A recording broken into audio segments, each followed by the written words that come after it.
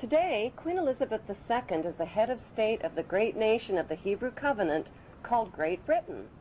Her genealogy chart, according to the College of Heralds in London, traces her blue bloodline back to Abraham, who many modern scholars believe to be the Egyptian pharaoh, Amenemhet I. By connecting 22 dots, the true Hebrew and royal Egyptian identity of Queen Elizabeth II comes into focus. Number 1. What is the stone of Jacob, a Hebrew patriarch, doing beneath the Queen's throne chair? Number 2. Why was the Queen crowned at her coronation ceremony on top of a symbolic Egyptian step pyramid? Number 3. The monarch's crown has 12 stones at the base, each representing the 12 Hebrew tribes. The 12 stones of the 12 tribes were also worn on the breastplate of Hebrew high priests in Canaan. Number 4. The Union Jack represents the reunion of the United Kingdom of the 12 tribes of Jacob, or Jac-ub. The Union Jack is red, white, and blue, the same colors as the 3 crowns of Egypt. Number 5. The royal scepter originates in ancient Egypt and was carried by the Egyptian god Amun and by Egyptian pharaohs, who called themselves the Son of God. The royal scepter is now carried by pharaonic descendant Queen Elizabeth II. Her scepter contains the world's largest cut diamond, called the Star of Africa.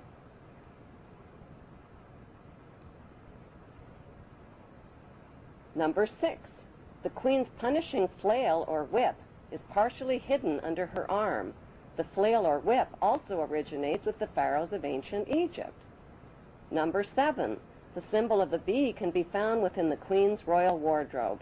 In ancient Egypt, bees were the symbol of Egyptian royalty as well as the symbol of Egypt. Number 8. The symbols on the British coat of arms reveal Britain's Hebrew origin. According to the Bible, the harp symbolizes the Hebrew King David. The biblical lion and unicorn holding up the shield symbolize the nation of Israel. The motto, Dieu et mon droit, means God and my right, indicating the divine right of the British monarch to an eternal throne. Number 9. The headdress worn by judges and the Queen's high-ranking officials originate in ancient Egypt.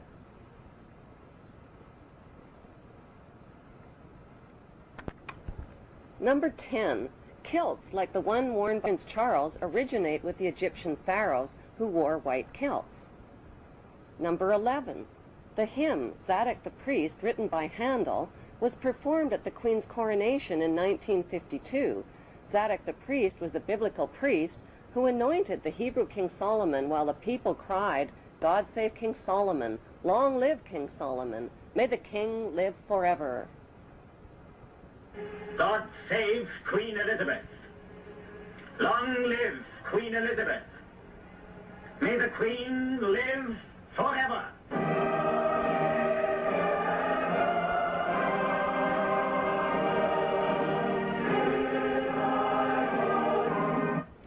Number 12. During the coronation ceremony, the Queen turns to face the 4 corners of the globe.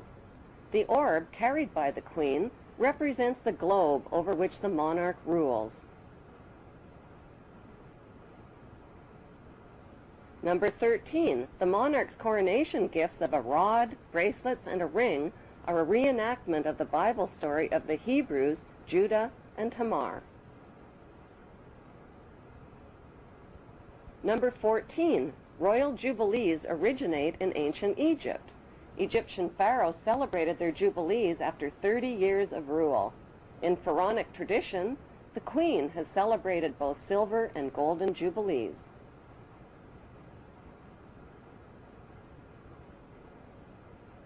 Number 15. Incest was practiced by ancient Egyptian royalty. Mothers married sons and brothers married sisters to keep the power and the money all in the family. Like their pharaonic ancestors, the British monarchy have a long history of incestuous inbreeding. Number 16. The corpses of deceased pharaohs were preserved and entombed beneath their pyramid temples.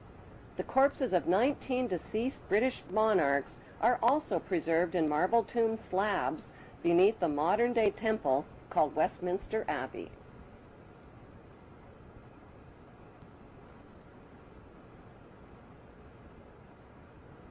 Number 17. The ancient pharaohs advertised their power with their image on coins and stone monuments. The power of the Queen worldwide is advertised with her image printed on more coins and stamps than any other head of state in history.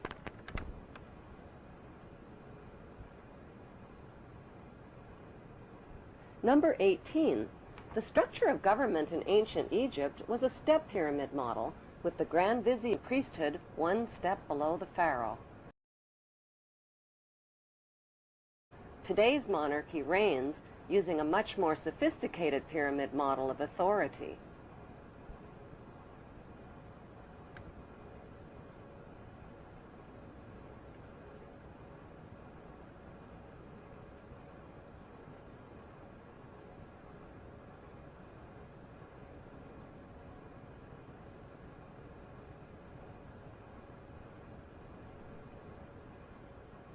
Number 19.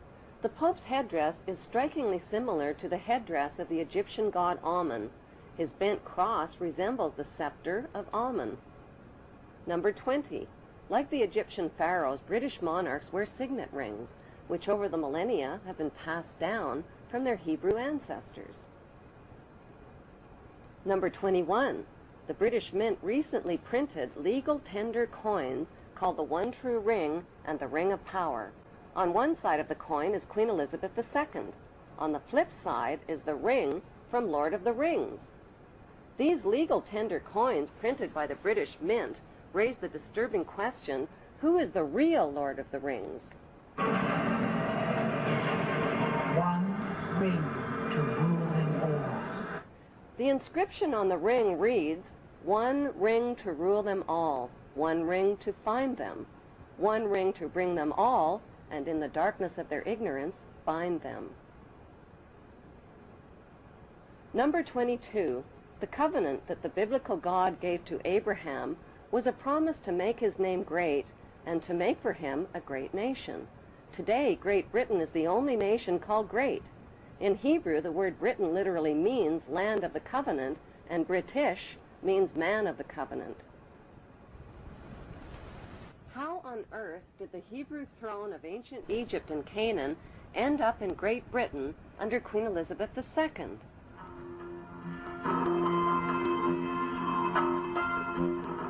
Historically, a series of powerful invaders, the Philistines, Assyrians, Babylonians, and Persians, conquered the land of Canaan, which the Hebrews called Israel. The Hebrew tribes of Manasseh and Dan joined forces and became the Macedonians, or Macedonians. They fled to Greece with their gold and their riches.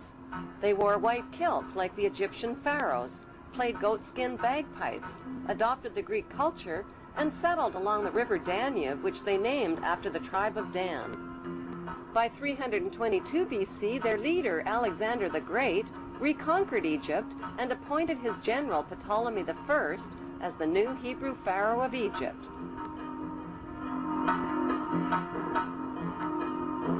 Cleopatra was the last in a succession of Hebrew Ptolemy kings. Although Cleopatra is considered to be the last of the Egyptian pharaohs, author Ralph Ellis claims that Jesus was the last of the Hebrew pharaohs of Egypt. Jesus, a pharaoh? How is that possible? The historical facts show that the last pharaoh of Egypt was Ptolemy XV, who was nicknamed Caesarion, or Little Caesar. Born in 47 BC, Caesarion was the son of two of the most famous parents in world history, Roman ruler Julius Caesar and Egyptian pharaoh Cleopatra. When Caesarion's mother, Cleopatra, proclaimed herself to be the reincarnation of the virgin goddess Isis, Caesarion became the son of a virgin mother goddess. When Caesarion's father, Julius Caesar, was elevated to the status of God by the Roman Senate, Caesarion was recognized as the son of God and heir to God's kingdom, the Roman Empire. Caesarion was also recognized as the son of God in Egypt, after his mother named him co-ruling pharaoh of Egypt. Cleopatra declared Caesarion to be the king of kings at the age of 13 during the Donations of Alexandria ceremony in 34 BC.